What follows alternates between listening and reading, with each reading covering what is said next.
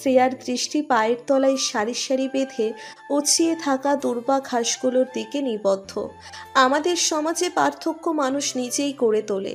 বিষ ছড়াই একটা ভালো সম্পর্ক দেখলে। সবাই এমন না, আবার কেউ কেউ এমন। শ্রেয়া এখানে তোহাসের দোষ খুঁজে পেল। অন্ধবিশ্বাসে সে যে কত মূল্যবান মানুষদের হারিয়েছে তা হয়তো আজ হাড়ে হাড়ে টের পাচ্ছে। সকল নারীর সংসার গড়ে না, কোনো কোনো নারী ভাঙে। তার বাস্তব চিত্রের উদাহরণ আরিয়ানা। নুরুল চৌধুরী বসা থেকে উঠে দাঁড়ালেন, বললেন, চল, অনেক রাত হয়েছে, ঘুমাবি। ধরা কণ্ঠে জবাব দেয় শ্রেয়া। জি বাবা, বলুন। নুরুল চৌধুরীর বুকটা ভারমুক্ত হলো যেন। নিঃশ্বাস ফেলতে আর কষ্ট হচ্ছে না ওনার। এখন মনটা শেষ বেলায় হলেও বড় ছেলের সান্নিধ্য চাই। সকল ভুল চোখ ভুলে আবারও শক্তপোক্ত একটা পরিবার চান তিনি। দরকার পড়লে আরিয়ানার দুহাত জোর করে একটু মিলেমিশে থাকার দাবি করবেন। হয়তো মেয়েটা কিঞ্চিত হলেও পরিবর্তন হয়েছে। ওনার একটাই চাওয়া, খাটিয়াটা দুই ছেলের কাঁধে উঠুক। সম্মুখে একটা দুয়ার, সেই দরজা টপকিয়ে দেখা পাবে ও কাঙ্ক্ষিত মানুষটার। মনটা ভীরু ভীরু, হাত একবার উঁচিয়ে তুলছে তো আবার নামিয়ে নিচ্ছে। শঙ্কায় বুকটা কেমন ফুলে ফুলে উঠছে, হাঁসফাঁস লাগছে সব কিছু। অপেক্ষা দীর্ঘায়িত করল না শ্রেয়া। চেপে ধরল কলিং বেল, সঙ্গে সঙ্গে দরজাটা খুলে যায়। সামনে দাঁড়ানো ব্যক্তিটা ভ্রুযুগল কুঁচকে তাকায় ওর দিকে। চাহনি তীক্ষ্ণ, ভীষণ ধারালো। এখনো কি রেগে আছেন তিনি? শ্রেয়া রিনিছিনি কণ্ঠে বলে উঠল কোনো উপায়ন্তর না পেয়ে। একটা ডিম হবে? গম্ভীর কণ্ঠের প্রত্যুত্তর আসে। আদর হবে, চলবে? শ্রেয়া ভরকে গেল। ওড়না মুচড়ে ধরতেই তুর্য ওকে টেনে ভেতরে নিয়ে আসে। ধপাস করে লাগিয়ে দেয় দরজাটা। পরক্ষণেই সেটার সাথে মিশিয়ে দিল শ্রেয়ার দেহখানি। আকস্মিকতায় বাকরুদ্ধ ও। চোখচোরা উপরে তোলার পূর্বেই তুর্য বাঁকা হেসে বলে উঠল, আমার বউ নিজের ঘরেই পাশের বাসার ভাবিদের মতো ডিম খুঁজছে। এখন কি আপনার ডিমই লাগবে? আদর কিন্তু ডিমের চেয়েও পুষ্টিকর। সো এটাই দিব নাকি আজও বাধা দিবেন? নেত্রযুগল উঁচানো হলো না আর শ্রেয়ার। সেদিন রাতের কথা মনে পড়ে যায়। তুর্য তাহলে সত্যি সত্যি সেই মুহূর্তের রেস ধরেই রেগে মেগে চলে এসেছে। ভাবনা কি নিছক নয়? ওর বাধা দেওয়াতে হয়তো একটু বেশি আহত হয়েছে মানুষটা। নয়তো এমন করে খোঁচা মারতো আজ। আলোক শূন্য আধারিতে সেদিন তুর্য ওর এতই সন্নিকটে আসে যে অবলীলায় উভয়েই একে অপরের হৃদস্পন্দন মেপে নিতে পারে। ধীরে ধীরে শ্রেয়ার অনুভূত হয় পেটে রাখা হাতটা মৃদু মৃদু চাপ সৃষ্টি করছে, বাড়িয়ে তুলছে ভেতরের অস্থিরতা, গতিহীন অনুভূতিদের। কাঁধ হতে আঁচলটা কিঞ্চিত সরতেই মনে মনে জন্ম নেওয়া বাক্যটা বাস্তবায়ন করে শ্রেয়া। এটা কি মোহসর? নিস্তব্ধ কক্ষে আরো কঠিন নির্জীব ভাব চলে আসে প্রশ্নটা শ্রেয়ার নিছু স্বর হতে বেরিয়ে আসতেই। তুর্য বিনা বার্তায় সরে যায়। মোবাইলের ফ্ল্যাশ চালিয়ে হাত মুঠো করে জিজ্ঞেস করে, তোমার এটা মোহ লাগলো? কণ্ঠে প্রবল ক্ষোভ, জেদ, রাগের সংমিশ্রণ। তার সঙ্গে আরও একটা জিনিস রয়েছে, এবং তা হলো তাচ্ছিল্য ভাব। একে অভিমান নামক শব্দে রূপান্তরিত করলেও খুব একটা ভুল বলে বিবেচিত হবে না। শ্রেয়া এমন করে প্রশ্নটা করতে চায়নি। কিভাবে যে মুখ ফুটে বেরিয়ে এলো তাতেও নিজেই বিমূঢ় হতবাক। অল্প স্বল্প আবছা আলোতে কেঁপে কেঁপে ওঠে ওর কণ্ঠনালী। আপনি ফুলসজ্জা রাতে যেসব বলেছিলেন সেগুলো সত্য নাকি এখন যা হচ্ছিল সেগুলো ভুলবশত? আমি বুঝতে পারছিলাম না। তোমার মতো গাধা বিয়ে করে আজ এক্ষুনি আরও একবার পস্তালাম। আগে পাগল ছিলাম, সামনেও আবার হতে হবে মনে হচ্ছে। আমি কি নেশাখোর যে মাতাল হয়ে কিংবা ভুল করে তোমার কাছে যাব? অন্য কোনো মেয়ে হলে হাবভাবে, কথার ধরনে এতদিনে সব বুঝে যেত। ঘুমাও। এখন যদি না ঘুমিয়েছ তাহলে পচা পানিতে ডুবিয়ে বুদ্ধি বাড়াবো। ব্যাককল গাধি। এই মেয়ে কটা প্রেম করেছো জীবনে? একটাও না। বিরস্ব মুখে উচ্চারণ করে শ্রেয়া। প্রেম করনি ভালো কথা, মানলাম। আমার সাথে প্রেম করার দৃঢ় ইচ্ছে তোমার, তাও বেশ সুন্দর বিষয়। কিন্তু রসায়নে এত কাঁচা হলে চলে? ভিতরে ভিতরে ভালোবেসে মরছ। উল্টো স্বামীকে দূরে সরিয়ে দিলে। আমার এতদিনকার কাণ্ডকলাপে আমাকে অনুভব না করে সবটা মোহ বলে চালালে। ইচ্ছে করছে কষিয়ে থাপ্পড় মারি, কিন্তু বউকে মারা যাবে না। কষ্ট হলেও সহ্য করতে হবে। কথাগুলো বলে ব্যালকনিতে চলে যায় তুর্য। শ্রেয়া সেদিকে চেয়ে থাকে এক দৃষ্টিতে। কখন দুচক্ষে ঘুম নামে টের পায় না। তবে সকালে ওঠে তুর্যের চলে যাওয়ার বিষয়টা ভাবাই ওকে। দূরত্বেও বুঝে তুর্যের গাঢ় অভিমানে বলা প্রত্যেকটা বাক্য। শ্রেয়া তো অনুভব করেছিল হৃদয়ের মিলন, তবুও কেন থেকে গেল এত সংশয়? তাহলে অনুভূতি কি পরিপূর্ণ ছিল না? লম্বা নিঃশ্বাস ফেলে ও ক্ষুদ্র স্মৃতিচারণের অন্ত করে। তুর্য ততক্ষণে দূরত্ব ঘুচিয়ে আরো নিকটস্থে এসে দাঁড়িয়েছে।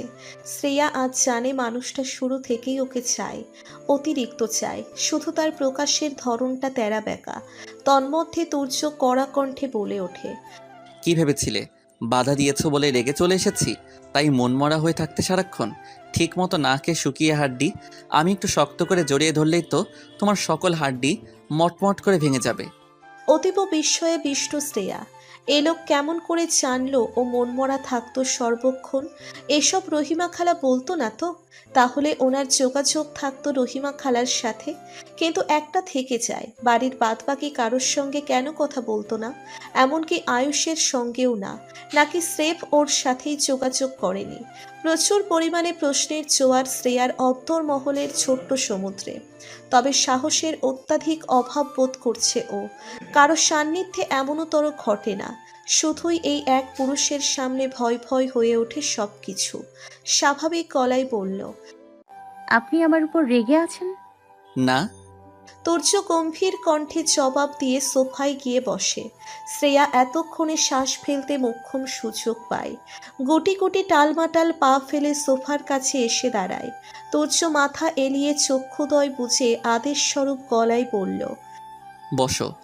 শ্রেয়া সামনের সোফায় বসে। ওর মনের বিষণ্ণতা কেটে গিয়েছে তুর্যের। তার প্রতি কোনো রাগ নেই শুনে। তবে চলে কেন এলে? কিছু একটা তো হয়েছে। এই নিয়ে ওর মনের পাতায় খচখচ আওয়াজের সৃষ্টি হয়েছে বারংবার। এলে সেই দুপুরে, আর আমার কাছে আসলে বিকেলে। পরীক্ষার প্রস্তুতি কেমন? শ্রেয়ার বলতে মন চায়, আর প্রস্তুতি? কবে আপনার চেহারাটা দেখবো, গায়ের গন্ধ নাকে মাখবো, গভীর স্বরের আওয়াজ শুনবো, সেই চিন্তায় দম বন্ধ হয়ে আসছিল প্রতিনিয়ত। ভালোবাসা খুব খারাপ স্যার। তার চেয়েও খারাপ আপনি 18 বছর বয়স থেকে প্রেমে ফেলে দিয়ে দিনের পর দিন হেয়ালিপনা। একটা কথাও শ্রেয়ার মন ভেদ করে কণ্ঠনালী পর্যন্ত আসলো না। সংকোচ জড়তা লজ্জা কাটিয়ে এবার আখি যুগল মেলে ধরে তুর্যের পানে। সঙ্গে সঙ্গে ভেতরটা আঁতকে উঠল, মোচড় দিয়ে উঠল অন্তর। চোখের সম্মুখে ভাসছে তুর্যের হাতের সাদা ব্যান্ডেজটা। বসা থেকে উঠে ব্যগ্র কণ্ঠে প্রশ্ন করতে লাগলো, আপনার হাতে কি হয়েছে? ব্যান্ডেজ কেন? কি হয়েছে স্যার? তুর্যের কপালে ভাঁজ পড়ল। নড়চড় হলো না বিন্দু মাত্রই, শুধু হাত বাড়িয়ে ডাকলো, এদিকে এসো। শ্রেয়ার কষ্টে বুক ফেটে চলবিন্দু বেরিয়ে আসার উপক্রম। চক্ষু কোলও ভিজে ভিজে উঠছে। একটু কাছে আসতেই তুর্য হাত টেনে পুরো দেহটা নিচের বক্ষে চেপে ধরল। পুতুলের ন্যায় পড়ে আছে শ্রেয়া। ওকে ঠিকঠাক নিজের সাথে জড়িয়ে একপাশে বসালো তুর্য। ঘাড় হেলিয়ে কণ্ঠে কাঠিন্য ভাব এনে বলল, তোমার চোখে পানি জমেছে কেন? কান্না ভীষণ প্রিয় নাকি আমি? যদি আমি হই তবে তুমি কাঁদতে পারবে না, কারণ তোমার ওই চোখ দুটি আমার প্রিয়। প্রথমবার তোমার প্রতি সন্দেহ জাগিয়েছিল এই কাজল মাখা আঁখি দুটো, মনে আছে? বাড়িওয়ালার মেয়ের বিয়ের অনুষ্ঠান, সেদিনই তোমার চোখে গভীরভাবে তাকিয়ে ফেলি অনিচ্ছা সত্ত্বেও। হয়তো আল্লাহ এটাই চেয়েছিলেন, তা না হলে বউকে খুঁজে বের করতাম কিভাবে? তোমার ছোটবেলার ছবিতে চোখগুলো বেশ আকর্ষণ করে আমাকে। সেদিন ছাদে তোমার দুই চোখ ভালো করে না দেখলে এখনও বউ খুঁজতেই থাকতাম। অথচ বউ আমার পাশেই থাকতো, কাছাকাছি এসে নিঃশ্বাস ফেলতো নিঃশব্দে। সামান্যতে ভেঙে পড়ো কেন? এটা ছোট্ট একটা অ্যাক্সিডেন্ট হয়েছে। Look at me, I am fine. ডিমের বাহানায় ছুটে আসলে আমাকে দেখতে, তা না করে ফ্যাচফ্যাচ করছো। আদর পাওয়ার জন্য ইশারা। চট করে হাত সরিয়ে নিয়ে আসে শ্রেয়া। লজ্জায় তবলা পাচ্ছে শ্রবণ গ্রন্থিতে। এই মানুষটা ওর সব ভাবনা বুঝে যায়। মিহিস্বরে বলল, সত্যি ঠিক আছেন? তুর্য এটার উত্তর না দিয়ে পাল্টা প্রশ্ন করে, প্রিয় কোথায়? আছে, বাসায়। তুমি কি ওর সাথে থাকবে? ও তো একা স্যার, এখানেই থাকি। বউ থাকতে একা থাকবো? ইম্পসিবল। প্রিয়সহ এই ফ্ল্যাটেই থাকবে, ওটা ছেড়ে দিতে বলবো। রাতে রেডি থেকো, দুজন বাহিরে যাব। শ্রেয়ার এতক্ষণে একটা কথা মনে পড়ে গেল। তড়িঘড়ি করে বলল, বাবাকে ফোন দেন না কেন? উনি কথা বলতে চায় আপনার সাথে। তুর্যের ক্ষিপ্ত চাহনিতে মিইয়ে যায় ও তৎক্ষণাৎ ধক করে ওঠে বুকটা। পাশে বসা মানুষটার নির্বিকার নির্লিপ্ত অভিব্যক্তি। আমি চাই না। কিঞ্চিত সাহস জোগালো শ্রেয়া, সূক্ষ্ম নিঃশ্বাস ছেড়ে বলে, উনি আপনার বাবা। আপনার ক্ষোভটা ওনার প্রতি কতটুকু যুক্তিসঙ্গত একদিন বাবা হলে ঠিক বুঝতে পারবেন। তুর্য ফিচেল হাসল, অসম্ভব সুন্দর সেই হাসি। নিমেষেই কোমরে দৃঢ় বাঁধন অনুভব করে শ্রেয়া, নিজেকে আবিষ্কার করে তুর্যের মুখের কাছাকাছি। তুর্যের নেত্রের চাহনি প্রগাঢ় নির্নিমেষ। আরেকটু নিজের সঙ্গে চেপে নিয়ে লঘুস্বরে বলে উঠল। তাহলে বাবা বানিয়ে দাও। ঝাঁকি দিয়ে ওঠে শ্রেয়ার সমগ্র কায়া। সে কি ভুল শুনল? কম্পনের তাড়নায় তুর্যের গলার পিছনে গলিয়ে রাখা হাতের বাঁধন শক্ত করে। তুর্য ওর ওষ্ঠের সন্নিকটে ঠোঁট দুটো নাড়ালো, কণ্ঠটা মাদকতায় ভরপুর। এখান থেকে তাহলে বাবা হওয়ার প্রসেসটা শুরু হোক। যতক্ষণে কথাটা কর্ণে প্রবেশ করে মস্তিষ্কে ধারণ করেছে, অত্যন্ত বিলম্ব হয়ে যায়। শিরায় শিরায় বইতে থাকে দমকা হাওয়া। না চাইতেও নখ বিধিয়ে দেয় তুর্যের ঘাড়ে। প্রথম ভালোবাসার প্রথম ছোঁয়া আজ ওর দুই অধরে। সেই স্পর্শের প্রখরত্ব ক্রমাগত বেড়েই চলেছে। নিয়ন্ত্রণ হারায় স্পন্দনেরা। তুর্য ঠোঁটের দীর্ঘ আলিঙ্গন শেষ করে উঠে দাঁড়ালো। রক্তিম মুখখানা লুকালো শ্রেয়া সোফার উপর। এক গ্লাস পানি হাতে নিয়ে এসে তুর্য ফের পাশে বসল। নরম গলায় বলল, মুখ তোলো, পানি খেয়ে ভালো করে শ্বাস নাও। কোথায় যাব আমরা? জানি না, স্যার বলেছেন রেডি থাকতে। আমি যাব না, তুই আর তুর্য ভাইয়াই চা। শ্রেয়া চোখ জোড়া ছোট ছোট করে তাকায় বিছানার দিকে। প্রিয় পায়ের উপর পা রেখেছে ক্রসিং স্টাইলে। দিব্যি দুই পাশে দোলাচ্ছে দুপা। হাতে এখনকার নিত্যকার সঙ্গী মোবাইল। এটা ছাড়া যেন আজকাল সবার নিঃশ্বাসই চলে না। শ্রেয়া বার্তাহীন চট করে মোবাইলটা কেড়ে নিল। তোরা একসাথে রোমান্স করবি, আমি গেলে করতে পারবি বুঝি? প্রিয়র বিবশ কণ্ঠের অসাত্মক বাক্য শুনে শ্রেয়া হতবাক। ভ্রু যুগল কুচকে জিজ্ঞেস করে, তোর সাথে যখন আয়ুষ ভাইয়ার সাথে দেখা করতে যেতাম তখন তোরা রোম্যান্স করতি? না তো, তোর সামনে রোমান্স করতে লজ্জা লাগবে না আমাদের? এটাই, স্যার গর্ধব নন যে তোর সামনে রোম্যান্স করবে। এবার প্রিয় কথার তাল পেয়ে গেল। জেকে ধরল শ্রেয়াকে। মুচকি হেসে গাল দুটো উঁচু করে। পরক্ষণেই আবার ভ্রু নাচায়। তার মানে ভাইয়া আড়ালে রোমান্স করে? অনেক রোমান্টিক, তাই না? নিজের কথায় নিজে হত বিহবল শ্রেয়া। সরব করে ব্যগ্র গলায় বলে উঠল, এসব নিয়ে পড়ে থাকবি? রেডি হ, নয়তো স্যার উল্টো আমাকে বকবেন। তোকে ভালোবাসি বলেছে ভাইয়া। প্রিয়র হঠাৎ প্রশ্নে ভ্যাবাচ্যাকা খেয়ে গেল শ্রেয়া। অপ্রতিভ হলো অত্যাধিক পরিমাণে। বাহ্যিক অংশে অপ্রস্তুত ভাব এলেও মস্তিষ্কের নিউরনে তীব্রভাবে বিধে প্রশ্নখানা। না বললেও ওর হৃদয় থমকেছে যেদিন, তক্ষুনি বুঝে নেয় তুর্যের অপ্রকাশিত অনুভূতি। একদিক থেকে ভাবলে সেটা অব্যক্ত নয়, কারণ মানুষটা প্রতিনিয়ত নিজের আচরণে মিশিয়ে দিচ্ছে কোনো এক মনোমুগ্ধকর অনুভূতি। সন্ধিত ঘটে গিয়েছে। কবে, কখন, কোন স্থানে, কেমন করে অত শত প্রশ্ন না করলেও চলবে। সর্বক্ষণ ভালোবাসি না ভালোবাসি না বলা মানুষটার কথার ভাঁজে লুকিয়ে আছে তীব্র ভালোবাসা। শ্রেয়ার ঠোঁটে লাজুক হাসি, মিহি কণ্ঠস্বর। ছোট্ট করে জিজ্ঞেস করল, বলা কি খুব প্রয়োজন? প্রিয় মাথা নাড়িয়ে বলল, একদমই না। তবে ভাইয়ার অতীত মানে অহমিকাকে নিয়ে কথাগুলো জানতে ইচ্ছে হয় না তোর? অতীত ঘেটে কি লাভ, যেখানে আমি ওনার বর্তমান ভবিষ্যৎ সব। তাছাড়া ওনার মুখ থেকেই শুনেছি অহমিকা আপু বড্ড স্বার্থপরতা করেছেন। ওনার ঘৃণা মিশ্রিত বাক্যগুলোই বুঝিয়ে দিয়েছে ঠিক কতটা কষ্ট দিয়েছে অহমিকা আপু। তাহলে তুই স্যারের কাছ থেকে এত দূরে দূরে থাকিস কেন? লজ্জা পাস? একান্তের সময় কাটাতে ইচ্ছে করে না তোর? দেখিস অহমিকা এসে আবার না তোর স্যারকে নিয়ে যায়। এত কিসের জড়তা? আমি তো আয়ুষকে পারি না, খামচে মেরে ফেলি। শ্রেয়ার চক্ষু ছানা পড়া। এই মেয়ের মুখে কিছুই আটকায় না কখনো। সময়, মানুষ, পরিস্থিতি কিছুই বিবেচনা করে না। কেবল মুখ ফুটে বলতে পারলেই যেন পরম আনন্দ, শান্তি। আনমনে কপাল কুঁচকে এলো, বলল, তুইও স্যারের মতন লাগামহীন। নেমে সেই প্রিয় অট্ট হাসিতে ফেটে পড়ে। বিছানা ছেড়ে এসে ওকে জড়িয়ে ধরে শক্ত করে, বলে, আমি কি ভাইয়ার মতো বলেছি নাকি? ভালোবাসে একটু একটু চিমটি মারতেই পারি আমার জামাইকে, চাইলে তুইও মারতে পারিস। পরক্ষণেই প্রিয়র মুখের আদলে পরিবর্তন আসে ব্যাপক। শ্রেয়ার দেহ মুক্ত করে হাত ধরে বিছানায় এসে বসল। কণ্ঠে গুরুতর ভাব এনে বলল, তোকে কিছু কথা বলবো শ্রেয়া, মনোযোগ দিয়ে শুনবি। এতদিন আমি বাড়িতে সবকিছুই দেখেছি, এটাও দেখেছি বড় মা অহমিকাকে বাড়িতে আনার চেষ্টা করেছে আবারও। ওনার ভাষ্য মতে অহমিকাই মেয়ে হিসাবে ভালো, অথচ উনি অল্পতে পাওয়া সম্মানে ভুলে বসলেন তুর্য ভাইয়ার খারাপ অবস্থানের জন্য সেই মেয়েটা কোনো না কোনোভাবে জড়িত ছিল। কিনা করেছেন ভাইয়া মেয়েটার জন্য, ঠিক কতটুকু ভালোবেসেছিল ওকে আমার জানা নেই, কারণ ভালোবাসা পরিমাপ করার ক্ষমতা আদৌ কারো হয়নি। তবে আমার চোখে পড়তো মাঝে মাঝে মেয়েটার জন্য ভার্সিটির ক্লাস মিস দিয়ে ভাইয়া মেডিকেল কলেজের সামনে দাঁড়িয়ে থাকতেন, যা ওনার ব্যক্তিত্বের সাথে মিলাতে পারতাম না আমি।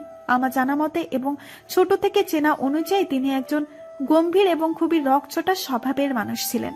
কোনো মেয়ের জন্য ওনার এত অপেক্ষা আমাকে ভীষণ মুগ্ধ করত। চাইতাম আয়ুষও আমাকে এমন করে ভালোবাসুক। স্কুলে পড়তাম তখন। তুর্য ভাইয়ার এসব পাগলামি আমার কিশোরী বয়সে অনেক প্রভাব ফেলে। ভেবে ভেবে সাজাতাম আয়ুষ্য কোনো একদিন আমাকে এমন করে ভালোবাসবে। ছোট থেকে ওনাদের বাড়িতে আমার আসা যাওয়া লেগেই থাকতো। সেই সুবাদে একদিন গিয়ে অহমিকাকে পাই সেখানে।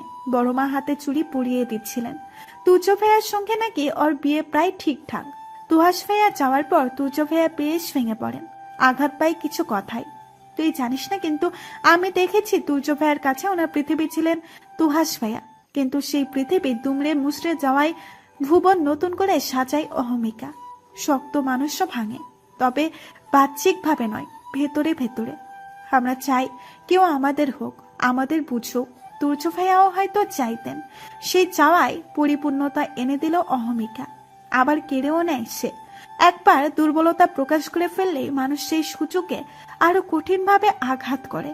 অহমিকা নিজেকে ভালো জারির করতে এতটাই পরিপক্ক ছিল, কেউ ওর আসল রূপটাই দেখতে পায়নি। এমনকি তুর্য ভাইয়াও না। বছরখানেক চুটিয়ে প্রেম করে বিয়ের আগের দিন জানাই লন্ডন চলে যাবে, বিয়ে করবে না। বিয়ে নামক বেড়েজালে বাঁধতে চায় না নিজেকে। তুর্য ভাইয়া প্রথমে ভেবেছিল হয়তো মজা করছে আর সবাই স্বাধীনতা প্রিয়, তাই অনেক বোঝাই, বোঝানোর কোনো ত্রুটি রাখেনি। এটাও পড়তে চাইলে লন্ডন চলে যাক, এখন বিয়ে করতে না চাইলে অপেক্ষা করবে, পরে না হয় করবে, কিন্তু অহমিকার একটাই কথা, সে বিয়ে করবে না। একটা ব্যক্তিত্ব সম্পন্ন মানুষ এতটা নত হলো তার ভালোবাসার কাছে, কিন্তু ফলাফল শূন্য। চলে যায় অহমিকা। সে যাওয়ার পর ভাইয়াকে এসব ব্যাপারে কেউ কিছু জিজ্ঞেস করেনি, কিন্তু কথা তো গোপন থাকে না বেশি দিন। বাতাসের মতোই বয়ে আসে সত্যটা। লন্ডনে অবস্থিত কাজিনের সঙ্গে প্রেম অহমিকার, তাই তুর্য ভাইয়াকে ছেড়ে পাড়ি জমানো। সেই ঘটনার পর ভাইয়াকে বাসায় দেখা যেত না সবসময়, ভবঘুরে হয়ে গিয়েছিল। অ্যাডভেঞ্চার দিয়ে বেড়াতেন। কোনো একদিন আয়ুষ খোঁজ নিয়ে জানতে পারে ভাইয়া অ্যালকোহল ব্যবহার করছেন। পরিবারের ভাঙ্গন, তুহাস ভাইয়ার করা আঘাত, অহমিকার করা কাণ্ডে হয়তো ভেঙে পড়েন তিনি, কিন্তু সেটা প্রকাশ করেননি। নিজেকে সামলেছেন অন্যভাবে। দীর্ঘদিন অ্যালকোহল ব্যবহারের কারণে তিনি সাইকোসিক ডিসঅর্ডারে আক্রান্ত হয়ে পড়েন। নেত্র গহ্বর চলে টইটম্বুর, ভিতরটা ধক করে ওঠে শ্রেয়ার। সাইকোসিস ডিসঅর্ডার সম্পর্কে একটু হলেও অবগত ও। এটা এক প্রকার মানসিক ব্যাধি, গুরুতরও বলা যেতে পারে। মূলত বিভ্রম সৃষ্টি করে মানুষের মধ্যে। হ্যালুসিনেশন হয় ওই মানুষটার সব সময়। ভাবে কেউ আছে, কাউকে অনুভব করে। কখনো কখনো মস্তিষ্ক উগ্র হয়ে যায় মানুষটাকে অনুভব করে। এটা মূলত স্বল্প মেয়াদী হয়, বিরল ক্ষেত্রে দীর্ঘদিন, বছরও গড়ায়। সাইকোসিস একজন ব্যক্তির 5টি ইন্দ্রিয় তাদের আচরণ ও আবেগকে প্রভাবিত করতে পারে। মন বাস্তবতার সাথে যোগাযোগ হারিয়ে ফেলে। তুর্যের বেলায়ও ঠিক এটাই হয়েছে হয়তো। শ্রেয়া ব্যথাতুর কণ্ঠে মৃদু আর্তনাদ করে, 2 অধর নড়ে চড়ে ওঠে। সাইকোসিস ডিসঅর্ডার? হ্যাঁ, তুই একবার পত্রিকায় এই রোগ সম্পর্কে পড়েছিলে, আমি দেখেছিলাম। তাহলে তোর ধারণা রয়েছে, আমার আর বলতে হবে না খুলে। ভাইয়ার রোগটা ধীরে ধীরে তীব্র আকার ধারণ করে। উনি বেশি কল্পনা করতেন অহমিকাকে। ওকে ভেবে অনেক মানুষকেই আঘাত করে ফেলতেন। প্রথমে প্রথমে নিজেকে নিজেই থেকে অনেক নিয়ন্ত্রণে রাখার চেষ্টা করতেন, কিন্তু পেরে উঠতেন না। দিনকে দিন ক্রমশ হয় তা। কোনো গতি না পেয়ে সকলে মিলে বন্দি রাখার সিদ্ধান্ত নেয়। বাড়িতে ট্রিটমেন্ট চলতো ভাইয়ার। একটা সময় ডাক্তার জানালেন চিকিৎসার পাশাপাশি আপনজনদের সেবা যত্নে ভাইয়া বাস্তব জগতে ফিরে আসতে পারেন। যেহেতু তিনি পরিবারের কাউকে সহ্য করতে পারতেন না, সেক্ষেত্রে দাদিতুকে দেখে সিদ্ধান্ত নেয় ভাইয়ার খেয়াল রাখার জন্য বউ করে আনার। উনি মনে করেছেন তুই অচেনা, তোর ক্ষতি করবে না, কিন্তু ভাবনা ভুল। ফলে তুই চলে আসার প্রায় 2 বছরের মাঝামাঝি সময়ে অহমিকা আবার ফিরে আসে। ডাক্তার আঙ্কেল ওকে রেফার করে ভাইয়ার ট্রিটমেন্টের জন্য। প্রথমে বড় মা ওকে দেখে জানিয়ে দেয় ঘৃণায় ট্রিটমেন্ট করাবে না। পরে ছেলের অবস্থা দেখে অটল থাকতে পারলেন না, বেশ ভালোই চিকিৎসা চালিয়ে যায় ও। সময়ের স্রোতে আবারও ভালো সেজে বড়মার মন জয়ও করে নেয়। বড়মাও ভাবে ও ভালো হয়ে গিয়েছে। এটাও বলে ও নাকি তুর্য ভাইয়ের অবস্থা শুনেই ফিরে এসেছে। কি জানি কোন স্বার্থ হাজিলে পরাজিত হয়ে আবার কোন স্বার্থের টানে ফিরে এসেছে। এত লম্বা লম্বা বাক্যে প্রিয় হাঁপিয়ে উঠেছে। দীর্ঘ নিঃশ্বাস নাসাযন্ত্র বেয়ে বাহিরে উন্মুক্ত হয়। প্রিয় পুনর্বার বলে উঠল, তোকে এগুলো বলার একটাই উদ্দেশ্য শ্রেয়া, ভাইয়ের কাছাকাছি থাক। কাউকে তোদের আলাদা করার সুযোগ দিবি না, কাউকেই না। ভাইয়া তোকে খুব ভালোবাসে। জানিস শুনি কেন এতদিন একা একা কাউকে না জানিয়ে এখানে ছিল? কারণ ভালো নেই উনি। সেদিন সকালে বেরিয়ে আসার একটাই কারণ, উনি অসুস্থ হয়ে পড়েছেন আবারও। পুরোপুরি পিছু ছাড়েনি রোগটা। অতিরিক্ত চিন্তা করলেই মাথা ব্যথা করে। এই কয়েকদিন যাবৎ সাইক্রিয়াস্টিকের শরণাপন্ন ছিলেন। আমাকে আর রহিমা খালাকে তোর দায়িত্ব দিয়ে রেখেছিলেন। তুই ওনার দ্বিতীয় ভালোবাসা হতে পারিস, তবে ভুল মানুষ না। শ্রেয়ার হৃদয় স্থলে গিয়ে তীক্ষ্ণ যন্ত্রণা বিস্তার করে প্রিয়র কথাগুলো। তোর্য একা একা কত কিছু সহ্য করছে, অথচ ও জানতেই পারল না। প্রিয় মানুষের সান্নিধ্য প্রয়োজন, নয়তো কেউ কেউ পরিণত হয়ে যায় মানসিক রোগীতে। মানসিক রোগীর ওষুধগুলো সঙ্গ, ভালোবাসার যত্ন, কিন্তু একটা সময়ও এসবই দিল না তুর্যকে। এখনো কি দিচ্ছে? প্রিয় হোক কিংবা অপ্রিয়, মানসিকভাবে বিক্ষিপ্ত মানুষগুলোকে পারলে একটুখানি সঙ্গ দেওয়া উচিত। রিকশা চলছে সোজা পিচ ঢালা রাস্তা ধরে। ব্যস্ত হাতে চাচা গামছা সমেত কপালের তপ্ত জলবিন্দু কণা মুছে নিচ্ছেন। মৃদুমন্দ সমীরণে উঠছে শ্রেয়ার শুভ্র রঙা আঁচল। সাজবেলা পার হয়ে রজনী নেমেছে সদ্য, তবুও ঘোর রজনীর চারিধারে। কোথাও কোথাও নিয়ন আলো পথিকদের সঠিক পথ দেখিয়ে চলেছে, যেন আধারের অতলে ডুবে না যায়। প্রিয় পাশে বসে খানিক সেকেন্ড বাদে বাদে নীরবতার সমাপ্তি ঘটাচ্ছে। বেশ কয়েকবার মলিন নিষ্প্রভ স্বরে একরাশ আফসোস নিয়ে বলেছে, আয়ুষকে বড্ড মিস করছি। আগে দূরে ছিলাম, শুয়ে গিয়েছে। এখন কাছে থেকে অভ্যাস হয়ে গিয়ে অল্প সময়ের বিচ্ছেদে দম বন্ধ হয়ে আসছে। বিচ্ছেদের বেদনার শ্বাস শ্রেয়া নিয়েছে, তাই প্রিয়কে প্রত্যুত্তরের শব্দাংশ খুঁজে পেল না। অচিরেই পেছনের রিকশাটা ওদের রিকশা পার করে থামল। চাচাও প্যাডেল ঘোরানো বন্ধ করে দিলেন। শ্রেয়া জিজ্ঞাসু দৃষ্টিতে মেলেছে সবে। তখনই তুর্য অপর রিকশা থেকে নেমে আসে। মুখে কেমন একটা উদ্বিগ্ন অস্থিরতা। বড় বড় পা ফেলে এসে ঝুঁকে ওর শাড়ির বড়সড় আঁচলটা রিকশার চাকার কাছ থেকে তুলে ঠিক করে দিল। শ্রেয়ার হৃদস্পন্দন প্রায় থমকে গিয়েছে। কি হতে যাচ্ছিল এখন? সামান্য সতর্কতার অভাবে প্রাণটা খোয়াতে হতো।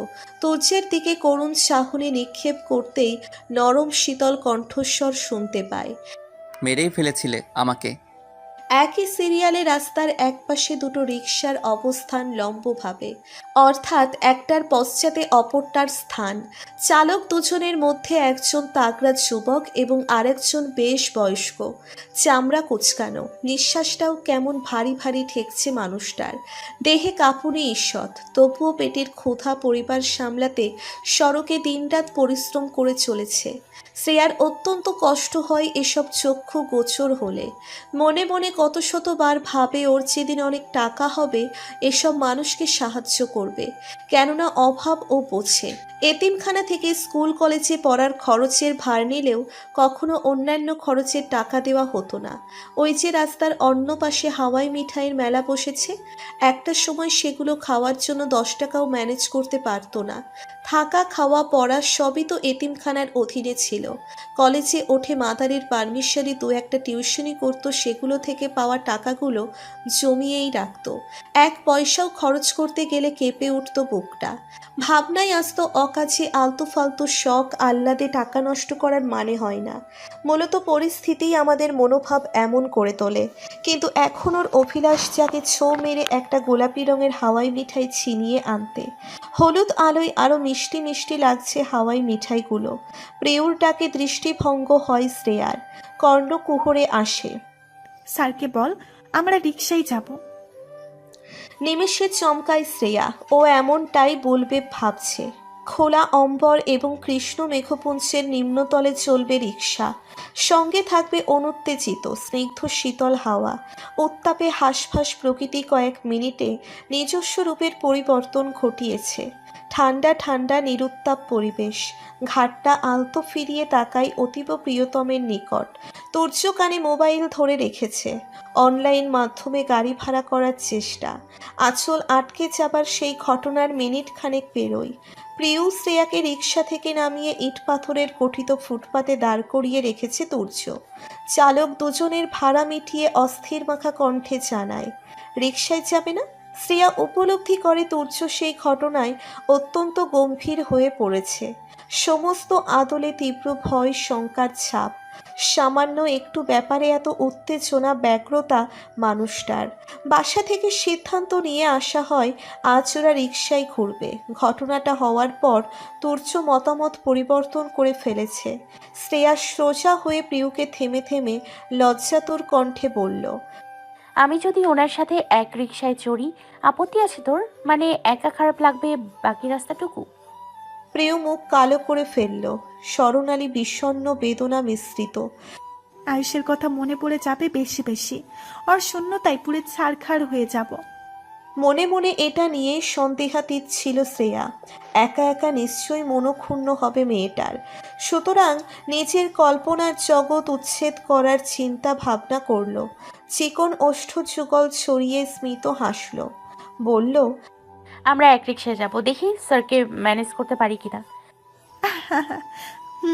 এক রিক্সায় তুই আর ভাইয়া যাবি, আরেকটাই আমি আয়ুষকে কল্পনা করে দিব্যি নিঃশ্বাস ফেলবো। আহা। কথাটা বলে প্রিয় মিটমিট করে হাসল। এতে চার পরনাই অবাক শ্রেয়া। এত রূপ বদলে দক্ষ এই মেয়েটা। তবে খারাপ নয়, বরাবরই মানুষকে বিমোহিত করে এক এক সৌন্দর্যের রূপে। শ্রেয়া ওর হাতটা শক্ত করে চেপে ধরে বলল, শুনেছি সুন্দর মনের মানুষ জীবনসঙ্গী হিসেবে একজন ভালো মনের মানুষই পায়। প্রমাণও পেলাম, তুইও আয়ুষ ভাই দুজনই হলেও মন এক। বুঝি না কিভাবে তোদের ঋণ শোধ করব। উপায় বলে দিবি প্রিয়? তুই যতবার হেসেছিস আমাদের ঋণ শোধ হয়ে গিয়েছে। তৎক্ষণাৎ শ্রেয়ার অবরুদ্ধ চাহনি, বিমূঢ় কণ্ঠস্বর। মানে? প্রিয় গর্বিত কণ্ঠে আওড়ায়, তোকে ভালো রাখা, হাসি খুশি রাখার জন্যই তো এত কিছু। এতেই ঋণ শোধ হয়ে গেল। এখন জলদি যা, যদি কাব্য চলে আসে। শ্রেয়া ভীরু ভীরু পায়ে হাঁটে। গতি নেই হাঁটায়, কদম ছোট্ট ছোট্ট, খুব বেশি ধীরস্থ। তুর্য মোবাইল কান থেকে নামিয়ে পকেটে পুরে নেয়। শ্রেয়াকে আসতে দেখে কপালে ভাঁজ পড়ে, ললাট স্পর্শ করে ভ্রু যুগল। প্রশ্নবিদ্ধ চাহনি নিক্ষেপ করে বলে উঠল, কিছু বলবে? শ্রেয়া অতিকায় ছোট্ট নিঃশ্বাস মুক্ত করে নাকের দুই ছিদ্র মাধ্যমে বড্ড এলোমেলো ও দ্বিধান্বিত গলায় বলে, আমরা রিকশায় যাব, প্লিজ গাড়ি নিষেধ করে দিন। তুর্য হ্যাঁ বা না কোনো বর্ণ উচ্চারণ করল না। শ্রেয়া জিজ্ঞাসা সূচক দৃষ্টি মেলে রাখে ঠাই। সেকেন্ডে পল্লব অল্প স্বল্প কেঁপে ওঠে। চাতক পাখি হয়ে আছে সে উত্তরের অপেক্ষায়। তুর্য গম্ভীর স্বরে বলল, রিস্ক নিতে পারবো না, আমরা ক্যাবেই যাব। শ্রেয়া দমল না, বোঝানোর ভঙ্গিতে বলে উঠল, আমি সতর্ক থাকবো স্যার। প্রিয় রিকশায় যেতে চাইছে, প্লিজ। তোমার নিজের খেয়াল না রাখলেও চলবে, কিন্তু আমার বউয়ের কিছু হলে একদমই চলবে না আমার, একটা কথাও না আর। ঝাঁঝালো কণ্ঠে কথাগুলো বলে উঠল তুর্য। শ্রেয়া মলিন মুখে আগের স্থানে ফিরে যেতে নিলে হাতে চাপ অনুভব করে। শ্রবণ হয় চিন্তিত স্বর। আমার কাছে তুমি আমার মানসিক শান্তি, শ্রেয়সী। অভ্যন্তর ঢেউ গর্জে ওঠে। অত্যাধিক নিয়ন্ত্রণ হারা তার গতি। শ্রেয়ার ভূতলে কম্পন, মন জুড়ে শীতল স্রোত বহমান। একটি বাক্যে এত শান্তি, এত সুখ, গভীর ভালোবাসার মিশ্রণ। তাছাড়া আর কি কি আছে তাতে? হারানোর ভয়? ও তো কোনোদিন কোসমিনকালেও ভাবেনি কেউ ওর আপন হবে। ওকে হারানোর চিন্তায় কাতর থাকবে। ভালোবাসা কি এমন হয়? গম্ভীর রকচটা বদমেজাজি মানুষটাকে নরম করে ফেলে, নিভিয়ে দেয় সেই মানুষের তেজস্বী প্রদীপ। তুর্য হাত ছেড়ে দিয়ে সম্মুখে এসে দাঁড়ালো। শ্রেয়া স্পষ্টত দেখতে পাচ্ছে কালো কুচকুচে মণিতে বিচলতা। আরক্ত কপালে এক হাত রাখে তুর্য।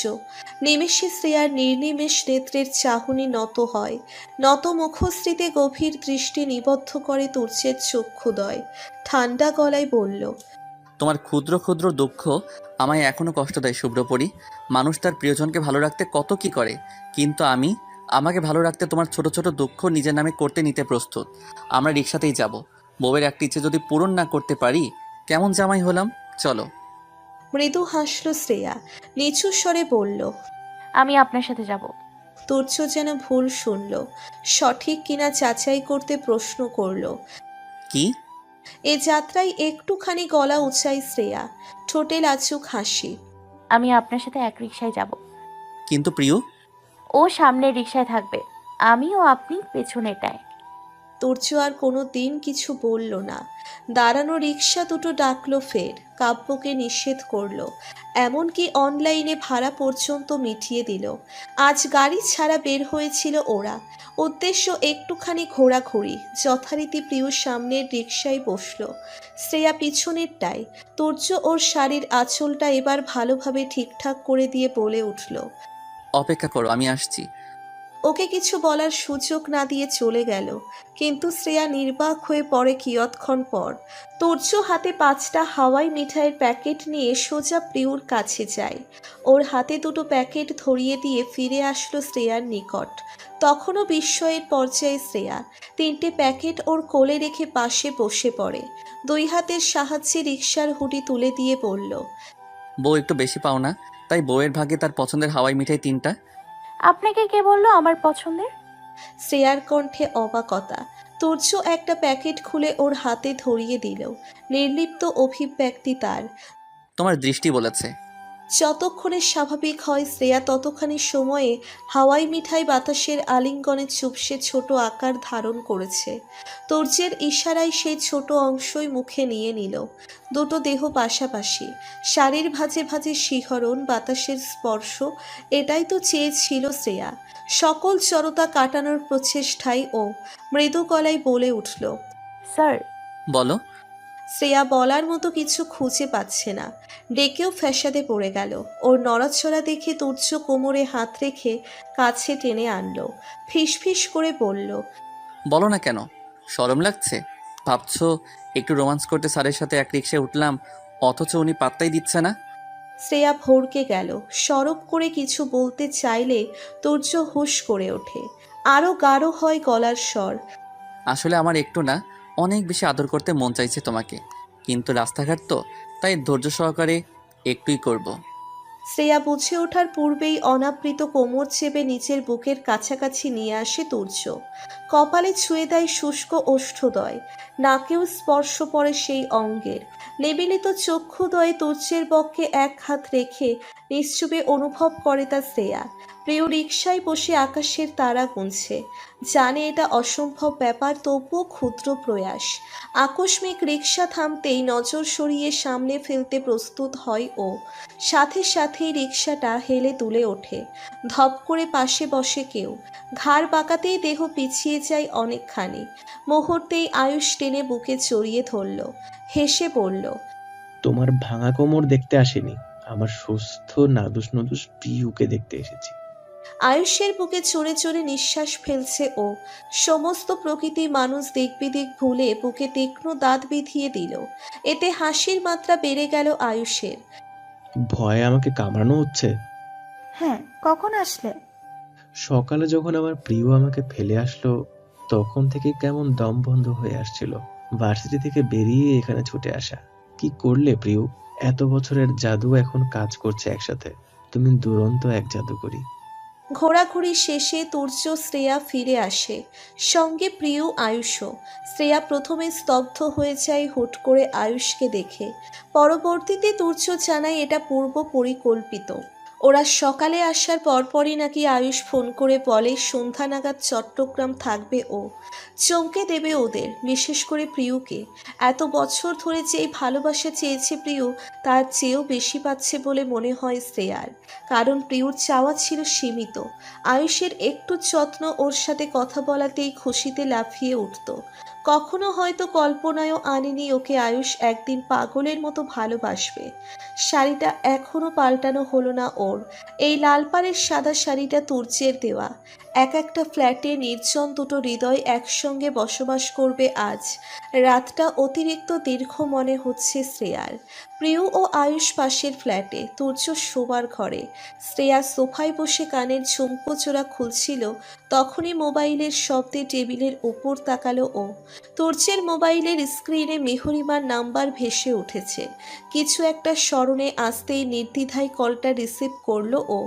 সালাম দিয়ে কণ্ঠে নম্রতা এঁটে নেয়। কেমন আছেন আম্মা? ওপাশ থেকে কড়া আওয়াজ আসে। তুমি কেন ফোন ধরেছ? তুর্য কোথায়? উনি অন্য রুমে। আসার সময় দেখলাম আপনার প্রেশার বেড়ে গিয়ে শরীর খারাপ হয়ে পড়েছিল। এখন ঠিক আছেন? তোমার না জানলেও চলবে, কথা বলো না তো। তোমার কণ্ঠ শুনে আমার মেজাজ গরম হচ্ছে। এত জেনে কি লাভ? আজ যদি আমার মা থাকতো তাহলে সন্তান হিসেবে আমি আমার মায়ের খবর নিতাম আম্মা। জিজ্ঞেস করতাম কেমন আছে।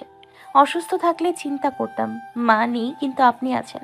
শাশুড়ি হলেও আপনাকে আম্মা ডাকি। আমি কি আমার আম্মার ভালো মন্দ জানতে চাইতে পারি না?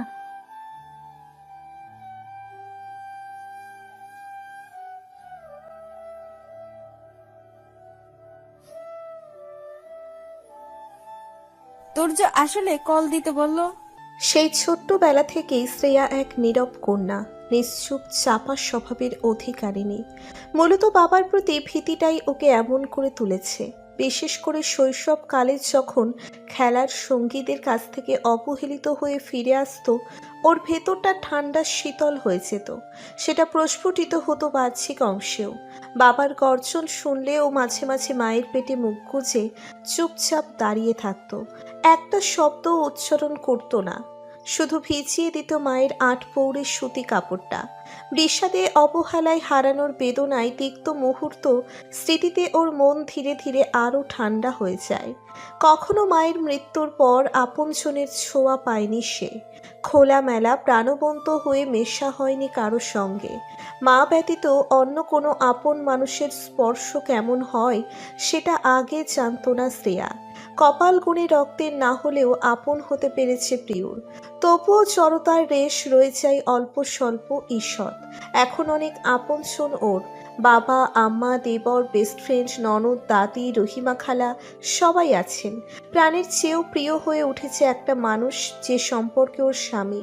এত এত আপনজনের ভিড়ে ওর নিজেকে আর অসহায় এতিম মনে হয় না।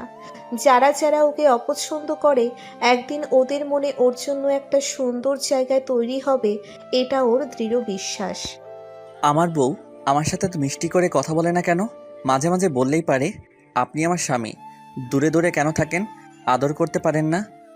পিছন থেকে ফিচেল রসাত্মক কণ্ঠস্বর তীক্ষ্ণভাবে বিঁধে শ্রেয়ার শ্রবণ নালিতে। হাতের মোবাইলটা রেখে তড়িঘড়ি করে ব্যতিব্যস্ত হয়ে ঘুরে দাঁড়ায় ও। তৎক্ষণাৎ চক্ষু ক্যানভাসে তাকে সুন্দর একটা দৃশ্য। তুর্যের হাতে বকুল ফুলের মালা। এটা কই থেকে আসলো? কি মন মাতানো সুঘ্রাণ! বড্ড মাতোয়ারা হয়ে উঠেছে নিস্তব্ধ কক্ষটা। এই ঘ্রাণটার সঙ্গে আধা ঘন্টা পূর্বেই তো ওর আর প্রিয়র সাক্ষাৎ হয়েছিল। ওরা যেই জায়গায় দাঁড়িয়ে গোগ্রাসে ভর্তা খেয়ে যাচ্ছিল, সেখানেই অবস্থান বকুল ফুলের গাছটা।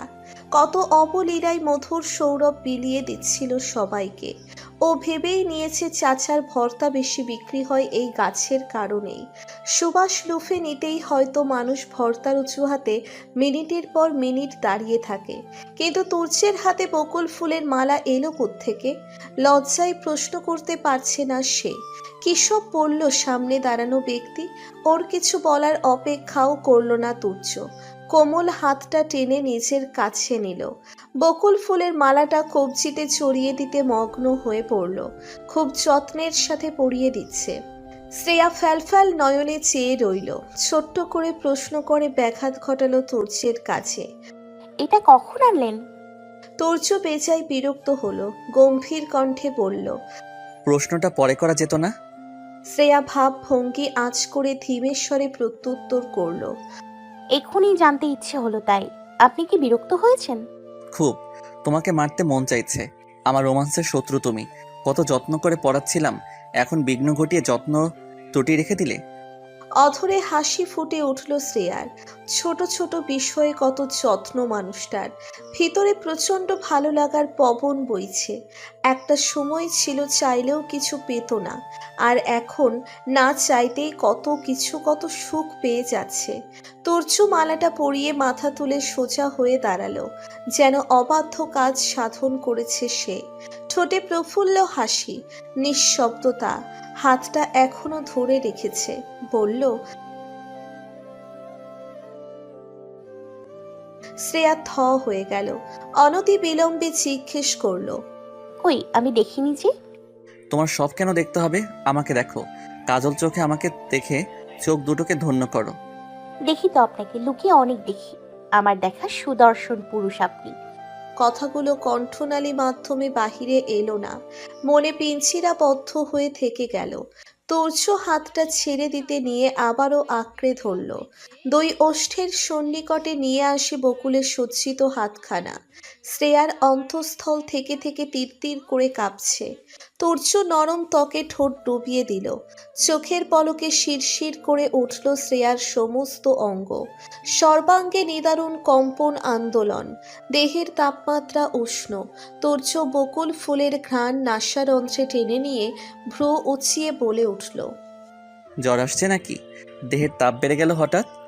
শ্রেয়ার সমস্ত বদন রক্তাভ, লালের প্রলাপ পড়েছে। মেহি কণ্ঠে উচ্চারণ করে। তেমন কিছু না। কিঞ্চিত তফাৎ বোধ হয় আর সইতে পারল না তুর্য। শ্রেয়ার হাতটা নিচের বুকের বাপাশে রাখে, কোমর চড়িয়ে দেহটা আঁকড়ে ধরে বুকের ভেতর। শ্রেয়া থমকে গেল, স্তব্ধ হয়ে পড়ল। অনিয়ন্ত্রিত হয়ে পড়ল হৃদস্পন্দন। তুর্যের বুকে অবস্থিত হাতটা বারংবার নড়চড় হচ্ছে, কাঁপছে। তুর্য হালকা ঝুঁকে আসলো, খোঁচা খোঁচা দাড়ির স্পর্শ মাখল শ্রেয়ার মসৃণ কোমল গালে। সঙ্গে সঙ্গে শ্রেয়ার হাতটা তুর্যের গেঞ্জি খামছে ধরে। তুর্য মৃদু হাসল, কোমরের বাঁধন কঠিন হতে কঠিনতর করে মিশিয়ে নিল চিকন দেহখানি। বলল। আমার সামান্য চুমুতে তোমার দেহের এত উত্তাপ? আগে জানতাম চুমুতে জ্বর ভালো হয়, আজ জানলাম চুমুতে জ্বর হয়। এটা অবশ্য নিব্বানিব্বিতে জানা উচিত, নয়তো আজীবন ভাববে চুমুতেই বুঝি জ্বরের ওষুধ। শ্রেয়া ঠোঁট টিপে হাসে, তবে সেটা অগোচরে। তুর্য ওকে আঁকড়ে ধরে রেখেই কর্ণপাতায় ঠোঁট ছুঁয়ে বলল। আমার পছন্দটা পাল্টে গেল, তোমার পছন্দগুলো আমার চাওয়া হয়ে উঠল। তোমাকে স্ট্রং করতে চেয়ে আমি দুর্বল হয়ে পড়লাম তোমার প্রতি। কিভাবে হলো এসব শ্রেয়সী?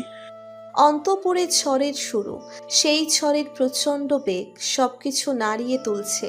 শ্রেয়ার দুই ঠোঁট নড়ে উঠল। আমি একটা বাক্যের শুরু হয়েছিল সবে, পুরোটা বলার আগেই তুর্য শান্ত নরম কণ্ঠে পুনর্বার বলে। আমি তোমাকে আর একটু শক্ত করে জড়িয়ে ধরি। নিরুত্তর হতবাক শ্রেয়া। ওর শরীর বলিষ্ঠ বাহুবন্ধনে আবদ্ধ, আর কতটুকু শক্তি প্রয়োগ করলে একদম ঢুকে যাবে ও তুর্যের বুকে। বুকের কাছ থেকে হাত সরিয়ে দুহাত আস্তে ধীরে মনে মনে দ্বিধাদ্বন্দ্ব নিয়ে ও তুর্যের পিঠে রাখল। এতেই যেন সম্মতি লুকিয়ে আছে। নেমেষে আলিঙ্গন অত্যাধিক গাঢ় হয়।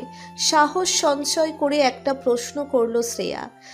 আমাকে স্ট্রং দেখার জন্যই সেদিন ফুলশয্যার রাতে ভালোবাসেন না বলেছিলেন, তাই না? এখনো কি বলেছি ভালোবাসি? তোর্যর নিরালস জবাব শুনে শ্রেয়া প্রতিবাদী কণ্ঠে বলল। আমি বুঝে নিয়েছি, আমার হৃদয় থমকেছে। সেদিন রাস্তায় বলা কথাগুলোর মানে বুঝতে আজ আর ভাবতে হয় না আমার। তোর্য মুখ সরিয়ে এনে শ্রেয়ার মুখের দিকে তাকালো। ততক্ষণে মাথা নইয়ে ফেলেছে শ্রেয়া। নিজের কথায় নিজেই আহম্বক বনে গেল ও। তুখোর অনিমেষ নেত্রের চাহনিও সহ্য করতে পারবে না। আই কন্ট্যাক্ট সম্ভব নয় ওর পক্ষে। এই চাহনিতে ও হাজার বার লজ্জাবতী হবে, তবুও পারবে না চোখে চোখ রাখতে। মুহূর্তেই তুর্য তপ্ত নিঃশ্বাস ছেড়ে পড়ল। অবশেষে বুঝলে, নয়তো ভেবেছিলাম বউ আমার সারা জীবন গাদি থাকবে। স্ট্রং না বানাতে পারি, গাদি শব্দটার ইতি তো টানতে পারবো। আনমনে কপাল কুঁচকে এলো শ্রেয়ার, প্রশ্ন করলো। স্ট্রং? তোর্য চিকন দেহখানি বন্ধন মুক্ত করে দেয়। শ্রেয়ার হাতটা ধরে শোবার ঘরের সাথে লাগোয়া বারান্দায় নিয়ে আসলো। ওকে একটা টুলে বসিয়ে দিল সে। নিচে বসলো ওর সামনে হাঁটু গেড়ে। বলল, কোনো একদিন চৌধুরী বাড়ির বারান্দায় বসে বলেছিলাম আমি তোমাকে চাই না। সত্যি সেদিন আমি কোনো দুর্বল শ্রেয়সী চাইনি।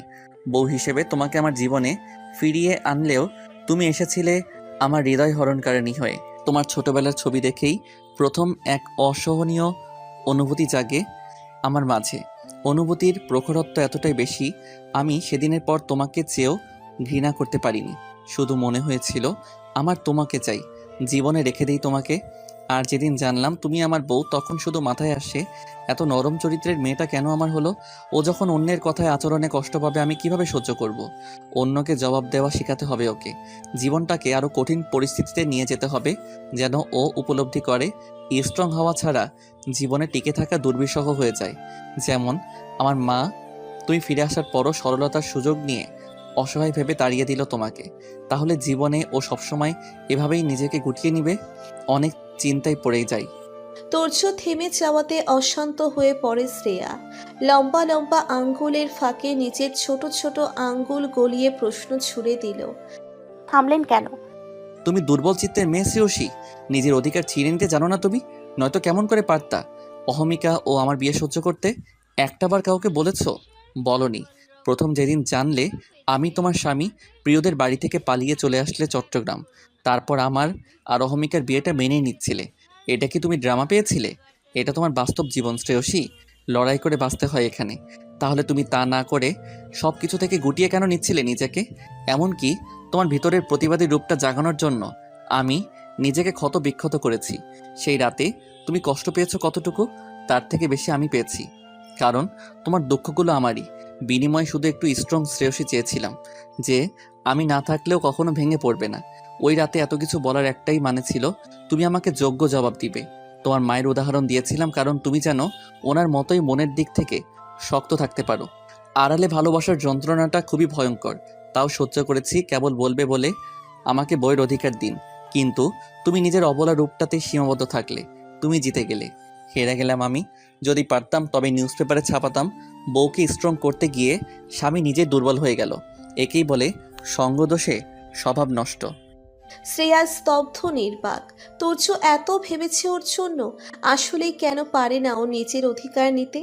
এভাবেই কি জীবন চলে? তোর্য যদি স্টেপ না নিত তাহলে আজ সে না, অহমিকাই তার জীবনে অর্ধাঙ্গিনী হয়ে থাকতো।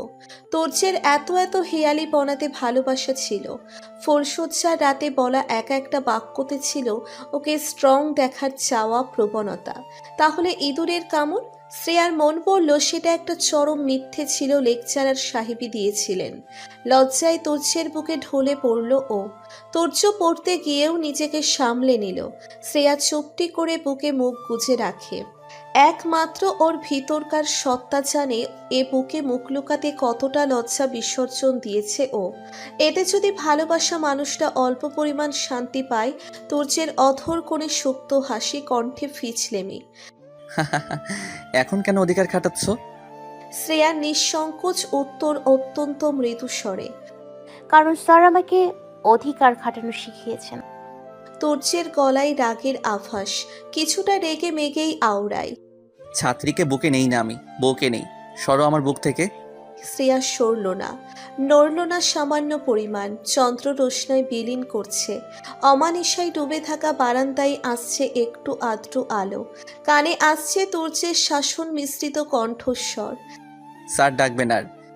আয়ুষ ও প্রিয় বারান্দায় এসেছিল রাতের বাতাস উপভোগ করতে, কিন্তু চাঁদের আলোতে তুর্য শ্রেয়াকে দেখে ছটপট রুমে ফিরে আসলো। প্রিয় অবশ্য উকি ঝুঁকি দিয়ে নিজেদের বারান্দা থেকে চুপি চুপি দেখতে চেয়েছিল কিন্তু আয়ুষের জন্য সকল চেষ্টা বিফলে। যতবার দরজার কাছে গিয়েছে আয়ুষ টেনে হিঁচড়ে ফিরিয়ে এনেছে। এখন এক আকাশ সমান আফসোস হচ্ছে প্রিয়র। মানুষ নাকি বারান্দা থেকে কত কপত কপতের রোম্যান্স দেখে, অথচ ও আয়ুষের জন্য দেখতে পারল না। লোকটা নিজে নিরামিষ ওকেও বানাচ্ছে এমন। খেপে গিয়ে আয়ুষের বুকেই গুটিসুটি মেরে রইল। মনে মনে বেশ তৃপ্তি পাচ্ছে ও, এটাও জানে আয়ুষও পাচ্ছে। ভালোবাসা শেষ হলেও কখনো কখনো সম্মান রয়ে যায়, এবং সেই সম্মান থেকে সৃষ্টি হয় মানুষটার ভালো চাওয়া। রাত্রির মধ্যভাগে শহরতলিতে নিঝুম নেমে এসেছে। হাওয়াও বয়ে চলেছে শব্দহীন।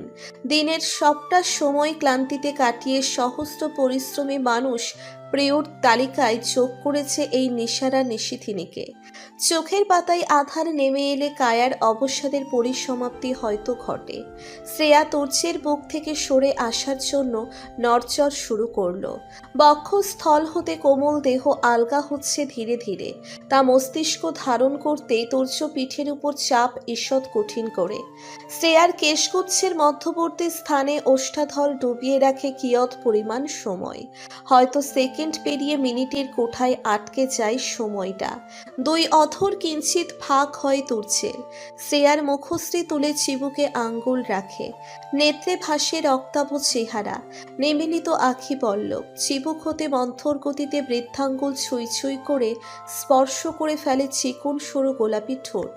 শ্রেয়া সামলে উঠতে পারে না। কি ভয়ঙ্কর অনুভূতি, কতটা গভীর স্পর্শখানি। আস্তে আস্তে বেড়ে যায় অধর যুগলের কম্পন। তুর্য হাসে, আওয়াজবিহীন প্রাণবন্ত হাসি। দুর্বল চিত্তের মেয়েটা কেমন অশান্ত হয়ে পড়ছে। তার এতটুকুন গাঢ় ছোঁয়া সইতে হিমশিম খাচ্ছে, লজ্জা পাচ্ছে। কাঁপুনির মাত্রা দীর্ঘ না করে আঙ্গুল সরিয়ে আনে ছটপট। তৎপরে প্রশ্ন করল, কি হয়েছে? সরে যাচ্ছ কেন? শ্রেয়া চোখ উঁচিয়ে দৃষ্টি মেলল। চাহনিতে মাদকতা ও একরাশ লজ্জার সংমিশ্রণ। দ্বিধান্বিত কণ্ঠে বলল, কখন থেকে এভাবে বসে আছেন? আপনার পা ব্যথা করছে হয়তো, চলুন রুমে যাই। পা ব্যথা করছে না, তবে একটা কথা মনে পড়ে গেল। কি কথা? পরশু যে পরীক্ষা, এটা মাথায় আছে? অনেকক্ষণ তো বুকে ঘাপটি মেরেছিলে। এখন মুখ ধুয়ে একটু পড়তে বসো। আমি আগেই পড়া শেষ করে রেখেছি, পরীক্ষার আগের রাতে একটু দেখলেই হবে। তাহলে আর কি, তোমার জামাইয়ের বুক তোমার জন্য ফ্রি। শ্রেয়া ছাত্রী হিসেবে বেশ মেধাবী। ডিপার্টমেন্টের কোনো স্টুডেন্টটা এমন শিক্ষক হওয়ার সুবাদে অজানা নয় তুর্যের। শ্রেয়া মিহিস্বরে বলে, রুমেই যাব। সাথে সাথেই তুর্য শ্রবণ গ্রন্থির নিকটস্থে বলে ওঠে, রুমে যাওয়ার এত উতলা, ব্যাপার কি? সমগ্র অঙ্গ শিরশির করে উঠল ওর। ফের প্রয়াস চালালো তুর্যের বাঁধন মুক্ত হওয়ার। ও সত্যিই ভেবেছিল এতক্ষণ এভাবে বসে থেকে বোধহয় পা ব্যথা হয়ে গিয়েছে তুর্যের, অথচ লোকটা ওকে নিমজ্জিত করছে লজ্জায়। এই টেরা বেঁকা কথাগুলোই তো ভালো লাগে ওর। মানুষ সৌন্দর্যের কথার, ব্যক্তিত্বের, অঙ্গভঙ্গির, চালচলন, কত কিছুর প্রেমে পড়ে। শ্রেয়া না দেখেই প্রেমে পড়ে যায়, আর দেখার পর তুর্যের কথাগুলো ওর অনুভূতিদের আরো গাঢ় করেছে। সুস্পষ্ট দুহাত সরিয়ে আনলো তুর্য, ছেড়ে দিল দেহখানা। শ্রেয়া চট করে উঠে দাঁড়ায়। শাড়ির অবস্থা প্রচণ্ড এলোমেলো, অগোছালো। ব্যস্ত হাতে ঠিক করার চেষ্টা করছে সে। তুর্য কতক্ষণ চেয়ে থেকে নিচের ঠোঁটে উপরের ঠোঁট চেপে ধরে। হাত বাড়িয়ে প্রথমে বিধ্বস্ত কুচিগুলো ঠিক করে। প্রশ্ন করে গম্ভীর কণ্ঠে, শাড়ি পরেই ঘুমাবে? শ্রেয়া অস্পষ্ট রোশনিতে মাথা নাড়িয়ে হ্যাঁ বুঝায়। তুর্যও আর কথা বাড়ালো না। ওর হাতটা ধরে এতক্ষণ ধরে নির্জন থাকা কক্ষে আসে। দুজনের দেহ এলিয়ে পড়ে বিছানার দুই প্রান্তে। মাঝে অনেকখানি ব্যবধান। শ্রেয়ার পায়ের তলা চলছে, ভেতরটা উসখুস করছে। এই তো কাছে এলো দুজন, তবে দুটো দেহ কেন অদূরে? যখনই কোনো বিষয়ে অস্থিরতা কাজ করে এই হাল হয় ওর।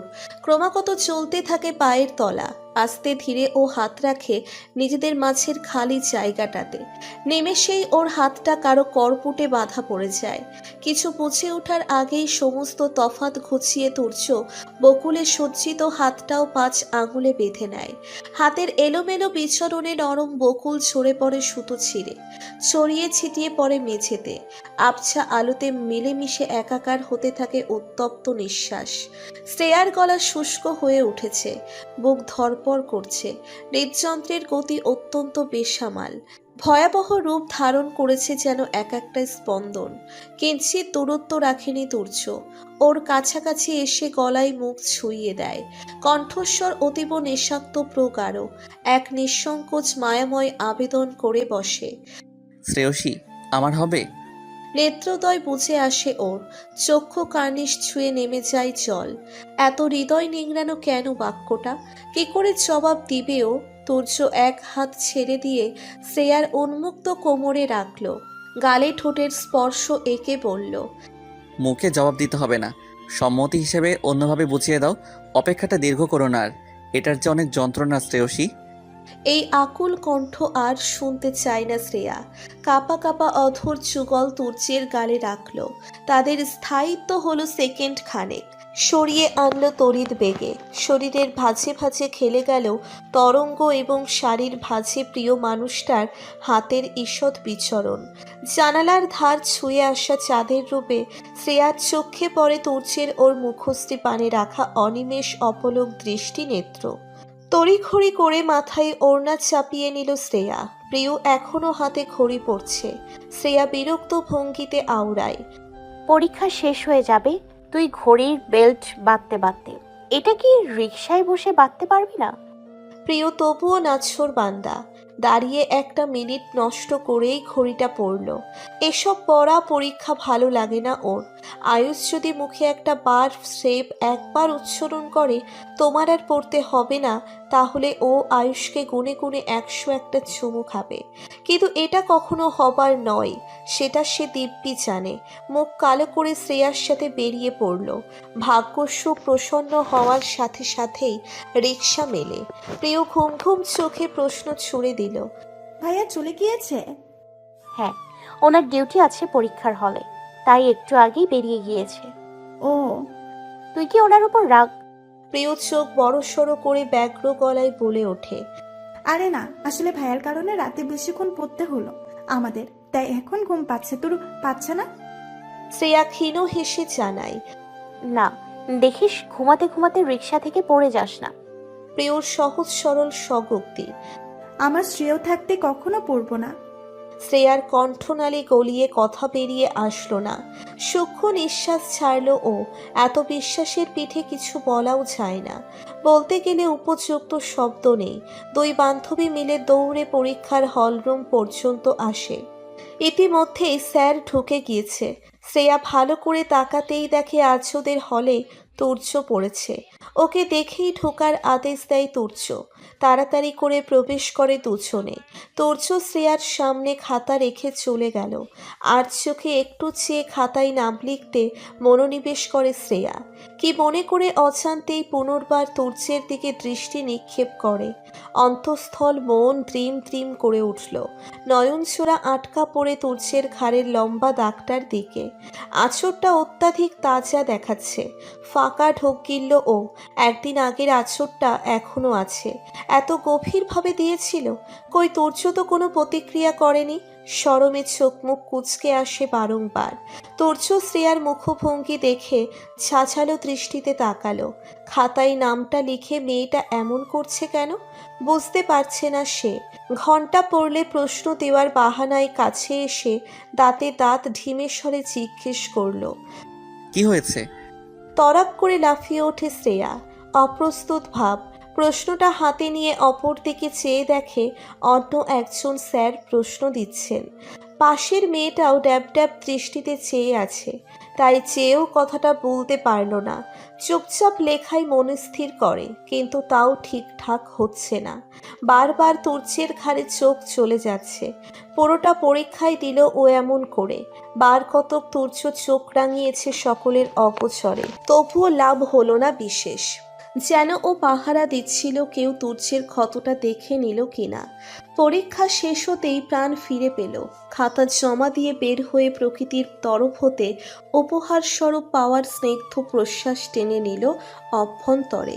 প্রিয়র চিন্তা হচ্ছে অনেক, পরীক্ষা তত একটা ভালো হয়নি। আয়ুষ বলেছে রেজাল্ট ভালো না হলে ওকে কম কম আদর করবে। একদিকে পড়তে দম বন্ধ হয়ে আসে, অন্যদিকে আয়ুষের অমন শর্ত। মোবাইল বের করে আয়ুষকে ফোন দিল। রিসিভ হতেই কিছু দূরে চলে যায় কথা বলতে বলতে। যে কেউ দেখলে অনায়াসে বলবে মেয়েটা নতুন নতুন প্রেমে পড়েছে। হাঁটতে হাঁটতে কথা বলা, গাছের পাতা টেনে ধরা, কথা বলার সময় গাছের গায়ে নখের আঁচড় কাটা, এগুলো নাকি নব্য প্রেমে পড়ার লক্ষণ। এতিমখানার আপার কাছ থেকে শুনেছিল শ্রেয়া। আলতো হাসল ও এটা ভেবে, কিন্তু সেই হাসি মিলিয়ে গেল হুট করে একটা কণ্ঠস্বর কর্ণে ভারী খেতেই। সরব করে পাশে তাকালো। তোর্য ধারালো দৃষ্টি তাক করে রেখেছে। পুনশ্চ প্রশ্ন করে, পরীক্ষা দেওয়ার সময় এমন করছিলে কেন? শ্রেয়া অবিন্যস্তভাবে এদিক সেদিক তাকায়, ঘাবড়ে যাওয়া কণ্ঠে প্রতি উত্তর করে, আপনার জন্য। তোর্যের মেজাজ তুঙ্গে উঠে আছে।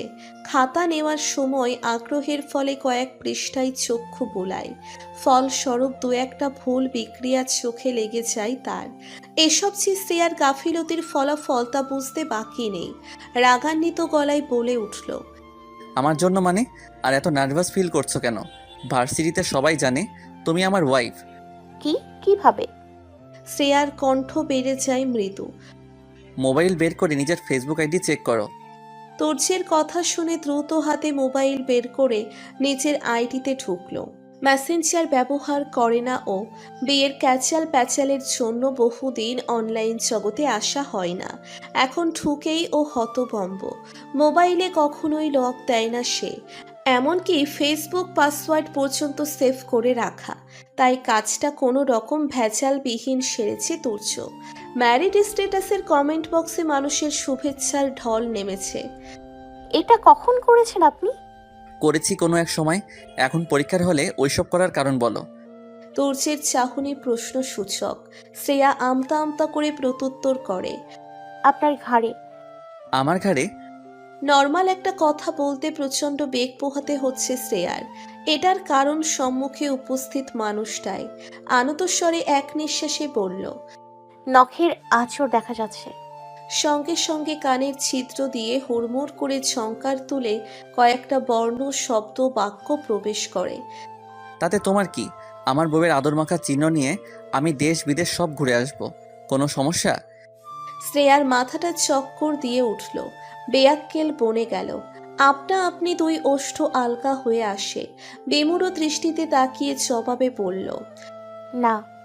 শ্রেয়া ধীর স্থির ভঙ্গিতে গুটি গুটি পায়ে ছাদের দরজা অবধি এলো। গরম গরম নিঃশ্বাস ফেলছে ও। সামনে তাকিয়ে দেখে তুর্য কানে মোবাইল ধরে রেখেছে, হয়তো কথা বলছে কারোর সাথে। সূর্যের প্রখর তাপে ছোট ছোট চুল থেকে ঘাম বেয়ে ঘাড়, পিঠ স্পর্শ করছে। কিঞ্চিত পরিমাণ ভিজে উঠেছে পরনের নীল টি শার্ট। এই লোকের কি কষ্ট হচ্ছে না? ঘামে হাতের লম্বা লম্বা লোমশগুলো হতাশায় দুঃখে লেপ্টে আছে। এইবার শ্রেয়ার ভীষণ খারাপ লাগছে। তুর্য কেমন করে দাঁড়িয়ে আছে বুঝতে পারছে না ও। আষাঢ় মাসে কথা ছিল বৃষ্টি রিমঝিম ছন্দ তোলার। সেই ছন্দে মানব মন উতলা হতো, নৃত্য তুলে নাচত, রোমাঞ্চকর হতো পরিবেশ, প্রকৃতি, মানুষজন। অথচ হচ্ছে তার উল্টো। পা বাড়িয়ে মন্থর গতিতে সুঠাম স্ট্রোক দেহের সান্নিধ্যে নিজের শীর্ণ চিকন গা এলিয়ে আনলো শ্রেয়া।